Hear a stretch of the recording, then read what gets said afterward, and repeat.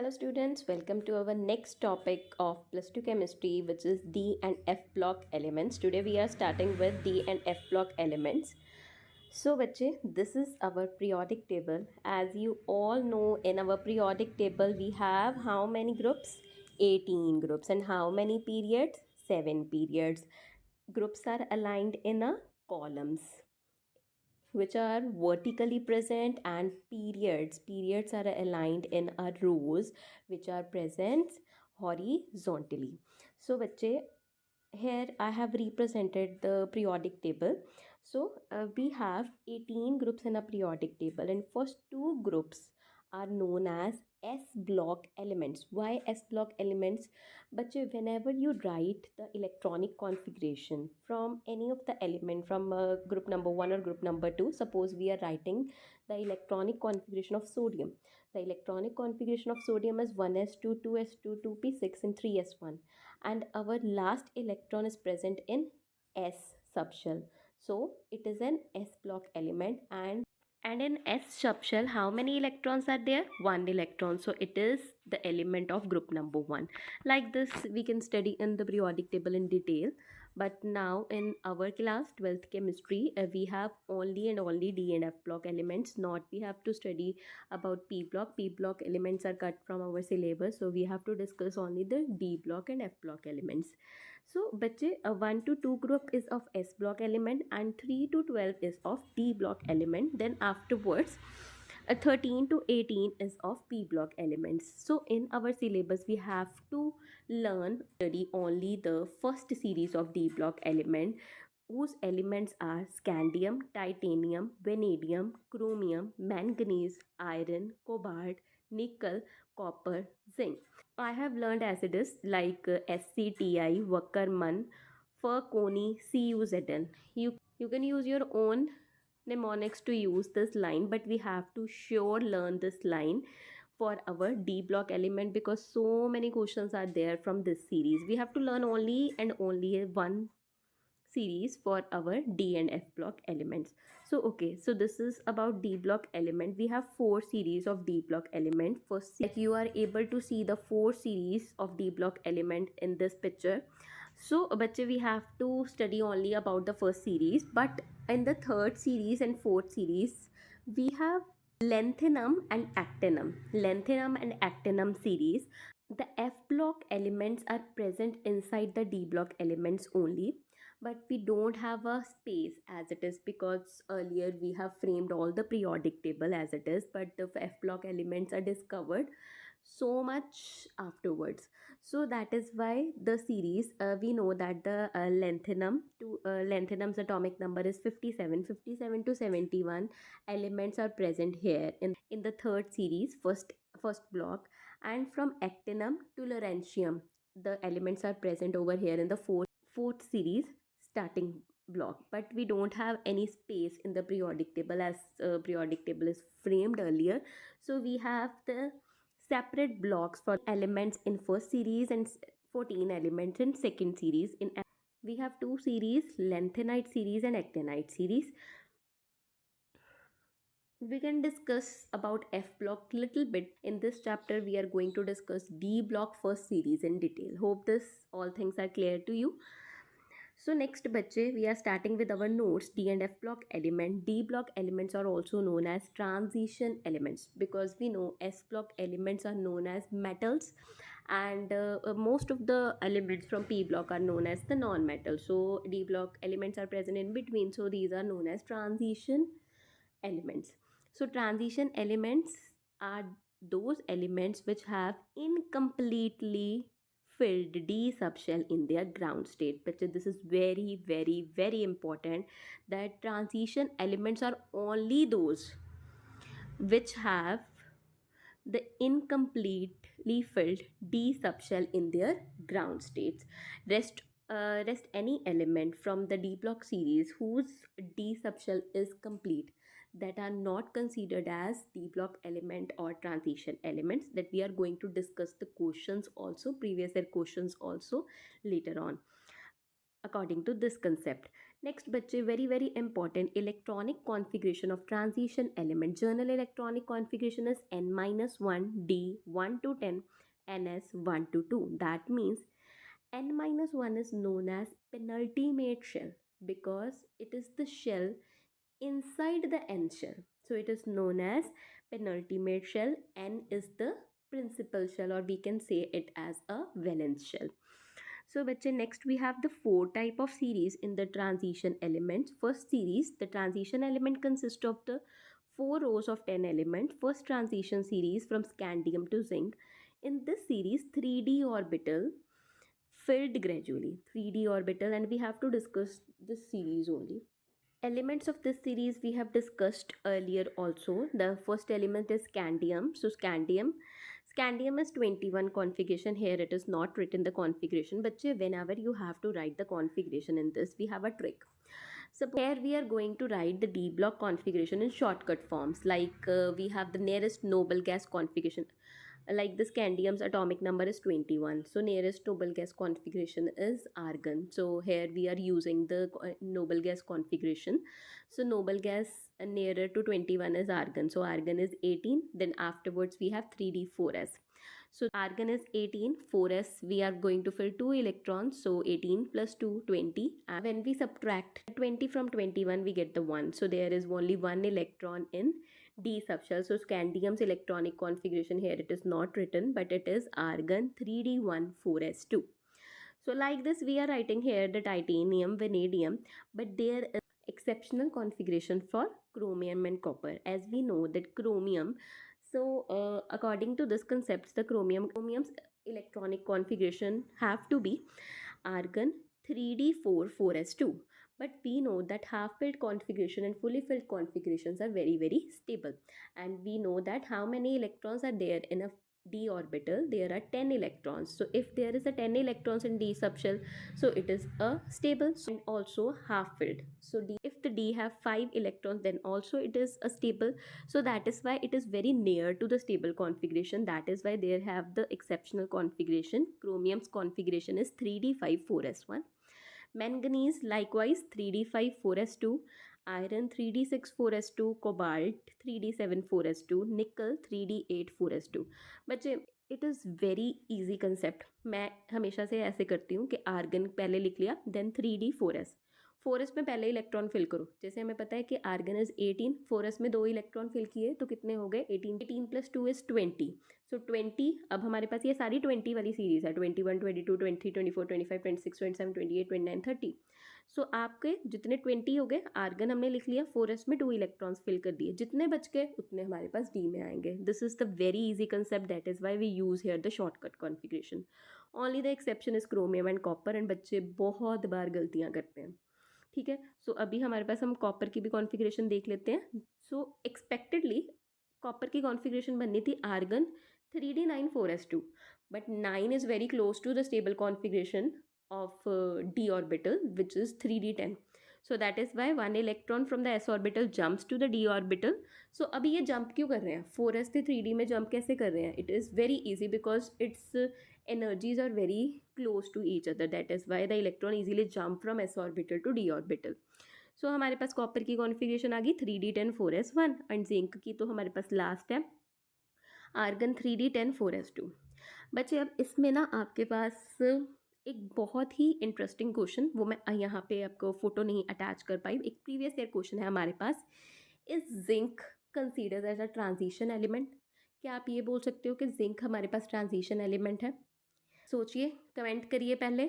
देखिए बच्चे, यहाँ पे हमारे पास हमने जो ट्रांजिशन सीरीज़ की फर्स्ट हमने डेफिनेशन पढ़ी थी वो क्या थी कि transition elements are those elements which have the incompletely filled D subshell. But यहाँ पे हमारे पास डी सबशेल क्या हो गए, completely filled, not incompletely filled. So zinc is not considered as transition element. जब भी आपके पास ऐसा क्वेश्चन आए, सबसे पहले आपने कॉन्फ़िगरेशन लिखनी है. जब हम कॉन्फ़िगरेशन लिखते हैं ना, तो कभी कभी बच्चे एग्जामिनर के पास जो एग्जामिनेशन चेकिंग में हमारे पास टीचर्स होते हैं, उनके पास इतना टाइम नहीं होता, बट वो देख लेते हैं कि बच्चे ने कॉन्फ़िगरेशन लिखी है, दैट मीन्स बच्चे को कंसेप्ट पता है, that is why the student is writing the configuration. So कभी कभी वो एज कॉन्फ़िगरेशन देख के इंप्रेशन बन जाता है, तो फिर वो टिक कर देते हैं। सो कॉन्फ़िगरेशन लिख के आपने ये लिखना है कि इसमें हमारे पास डी ऑर्बिटल्स जो हैं वो कम्प्लीटली फिल्ड हैं, that is why it is not considered as transition elements. Okay बच्चे, नाउ सेकंड सीरीज हमारी स्टार्ट होती है यूट्रियम टू कैडमियम। इसमें 4d ऑर्बिटल्स फिल होते हैं, हमने इसको पढ़ना नहीं है इसमें, बट हमें पता होना चाहिए। थर्ड ट्रांजिशन सीरीज में हमारे पास 5d ऑर्बिटल्स फिल होते हैं। फोर्थ ट्रांजिशन में हमारे पास 6d ऑर्बिटल्स जो हैं वो फिल होते हैं। Next we are moving to general characteristics of transition element. सबसे पहले करेक्टरिस्टिक्स है हमारे पास very very important, except mercury. Mercury हमें पता है कि क्या होती है, liquid at room temperature. Other transition elements have typically metallic structure. Mercury को छोड़ के जो कि लिक्विड होती है रूम टेम्परेचर पे, ज़्यादातर हमारे पास ट्रांजिशन एलिमेंट्स मेटालिक स्ट्रक्चर्स के होते हैं। Now next question is they have high melting and boiling point and have higher heat of vaporization than non transition elements. ठीक है बच्चे, ये भी क्वेश्चन आ जाता है, why the transition elements have high melting and boiling point. ये हम नेक्स्ट वीडियो में मैं आपके साथ डिस्कस कर दूंगी। क्वेश्चंस जितने भी हमने आज टॉपिक्स करने हैं रिलेटेड, जो भी प्रीवियस ईयर क्वेश्चंस हो गए वो मैं नेक्स्ट वीडियो में डिस्कस करूंगी आपके साथ। Next, most of the d block elements form coloured compounds, very very very important. और इससे इतने ज़्यादा, इस कंसेप्ट से इतने ज़्यादा हमारे पास क्वेश्चंस आते हैं ना, ये कंसेप्ट इतना इंपॉर्टेंट है ना कलर्ड कंपाउंड्स वाला। इससे मैं आपको दिखाऊंगी प्रीवियस ईयर क्वेश्चन कितने ज़्यादा हमारे पास आए हुए हैं, पंजाब मोड में स्पेशली इतने ज़्यादा इसमें से क्वेश्चंस आते हैं ना, मतलब अगर आपका ये कंसेप्ट स्ट्रॉन्ग है ना तो आपका डी ब्लॉक स्ट्रॉन्ग है, ये आप बोल सकते हो। Their compounds are generally paramagnetic in nature, और ये भी बहुत इंपॉर्टेंट है, एक कलर वाला और एक पैरामैग्नेटिक डायामैग्नेटिक वाला, very very important. We are going to discuss on later on pages this also.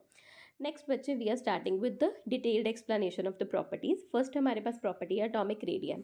हमें ये तो पता है, हमने, अगर आपका पीरियोडिक टेबल स्ट्रॉन्ग है तो आपको ये पता होगा, otherwise I am uploading in 1 to 2 days the periodic table video also for ICSE boards that will be helpful for all the classes, ICSE, PSEB, CBSE। Detailed lecture होगा, आप एक बार उसको देख लोगे कि आपको पीरियोडिक टेबल में इतनी कमांड हो जाएगी ना, कभी भी आपको कोई पीरियोडिक टेबल से क्वेश्चन पूछ लो तो आप अच्छे से उसका आंसर कर पाओगे।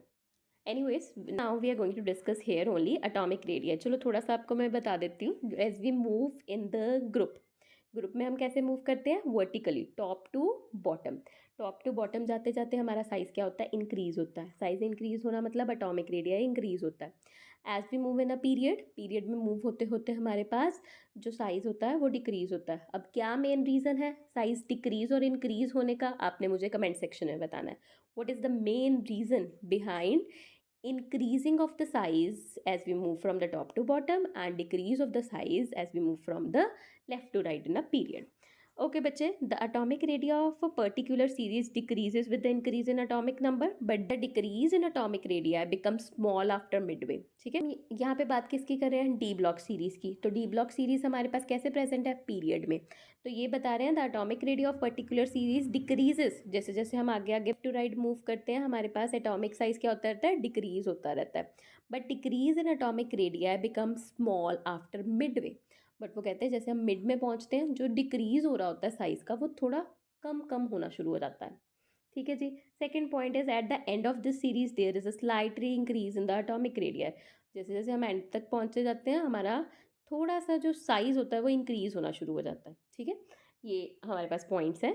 The atomic radii increases while going down the group, ये तो हमें अभी मैंने डिस्कस किया और मैंने आपसे पूछा भी है कि आपने कमेंट सेक्शन में हमें बताना है कि ये साइज इंक्रीज क्यों होता है, इंक्रीज क्यों होता है, what is the main reason. Next second is ionic radii. Ionic radii बच्चे कैसे, जैसे हमारे पास, आई होप आपको क्लियर होगा कि जब हमारे पास केमिस्ट्री में कोई भी एलिमेंट अपने इलेक्ट्रॉन्स को लूज करता है तो उसके ऊपर कौन सा चार्ज आता है, पॉजिटिव चार्ज आता है, तो उसको हम क्या बोलते हैं, केटाइन बोलते हैं। केटाइन भी एक आयन है। एंड अगर कोई भी एलिमेंट इलेक्ट्रॉन्स को गेन करता है तो उसके ऊपर नेगेटिव चार्ज आता है तो उसको भी हम आयन बोलते हैं। So that means ion is of two types, cation and anions. इसका पूछा हुआ है कि आयनिक रेडिया कैसे फॉलो करता है ट्रेंड में। Ionic radia follow the same trend as the atomic radia since the metal exhibits different oxidation states. Metals में हमें पता है मेटल्स कैसे स्टेबल होते हैं इलेक्ट्रॉन्स को लूज करके, दैट मीन्स मेटल्स के ऊपर हमेशा क्या होता है, पॉजिटिव चार्ज होता है. The radii of ions also differ. In general, the ionic radii decreases with the increase in oxidation state. बच्चे now this is very very very important concept. Periodic table में भी ये concept होता है. आपको पता है जितना हमारे पास पॉजिटिव चार्ज होता है दैट मीन्स उतना ज़्यादा उसमें से क्या हो रहे हैं, इलेक्ट्रॉन्स बाहर जा रहे हैं. अगर इलेक्ट्रॉन्स बाहर जा रहे हैं मतलब हमारे शेल्स क्या हो रहे हैं, डिक्रीज हो रहे हैं. शेल्स डिक्रीज हो रहे हैं मतलब साइज क्या हो रहा है, छोटा हो रहा है. Very very important. Periodic table में अच्छे से मैं डिटेल में समझाती हूँ ये सारी चीज़ें. Next is metallic character. All the transition elements are metal. Next is बच्चे density. All the transition metals have high density within a period. ठीक है, उनकी हाई डेंसिटी होती है पीरियड में जाते जाते. Density mass upon volume. तो उन्होंने बोला है बच्चे the density varies inversely with the atomic radius. जैसे जैसे मतलब एटॉमिक रेडियस बढ़ेगा हमारी डेंसिटी क्या होती रहेगी, इनवर्सली प्रोपोर्शनल वेरी करती रहेगी एटॉमिक रेडियस के साथ. Therefore as we move along a period the density increases. ठीक है, उन्होंने बोला है कि जब हम पीरियड के अलॉन्ग मूव करते हैं हमारी डेंसिटी क्या होती है, इंक्रीज होती है. नेक्स्ट बच्चे मेल्टिंग एंड बॉइलिंग पॉइंट. ये भी बहुत इंपॉर्टेंट हमारे पास पॉइंट है. इसमें क्वेश्चन आता है why the transition elements have high melting and boiling point. अब आप मुझे कमेंट सेक्शन में ये बताएं, मैं इसका क्वेश्चन आपके साथ डिस्कस करूंगी. आप मुझे ये बताइएगा कि किसी भी चीज़ का मेल्टिंग एंड बॉइलिंग पॉइंट हम कैसे डिसाइड करते हैं कि ज़्यादा होगा कि कम होगा. क्या ऐसी चीज़ होती है जिससे हम बताते हैं कि अगर ये चीज़ प्रेजेंट है तो हमारे पास melting and boiling point high होगा. So transition metals have high melting and boiling point. Melting and boiling point of these metal rises to maximum value and then decreases with the increase in atomic number. So बच्चे इससे related ना मैंने एक question यहाँ पे लिखा हुआ है जो आपका प्रीवियस ईयर क्वेश्चन है. Transition metals have high melting and boiling point और high enthalpy of atomization by. ये पंजाब बोर्ड में रिपीट हो रहा है question. The melting and boiling point of transition metals are high. The high melting and boiling point suggests that the atom of these elements are held together by strong force of attraction. This is the main reason. अगर किसी भी चीज़ में हमारी bonding strong होती है तो उसको melt या बॉयल करने के लिए हमें ज़्यादा टाइम लगता है. So melting and boiling point increases accordingly. So this is the main point. अगर हमारे पास फोर्स ऑफ अट्रैक्शन क्या है, स्ट्रॉन्ग है, सो हमारे पास मेल्टिंग एंड बॉइलिंग पॉइंट भी क्या होगा, ज़्यादा होगा. This is due to the strong interaction of electrons in a partially filled D subshells. अब हमारे पास पार्शियली फिल्ड डी सबशेल है, अनपेयर्ड इलेक्ट्रॉन्स है, तो बीच में बॉन्डिंग बहुत ज़्यादा स्ट्रॉन्ग होती है. In important line in general, larger the number of unpaired d electrons stronger is the bonding between the atom. Due to the stronger binding force, enthalpy of atomization are also larger.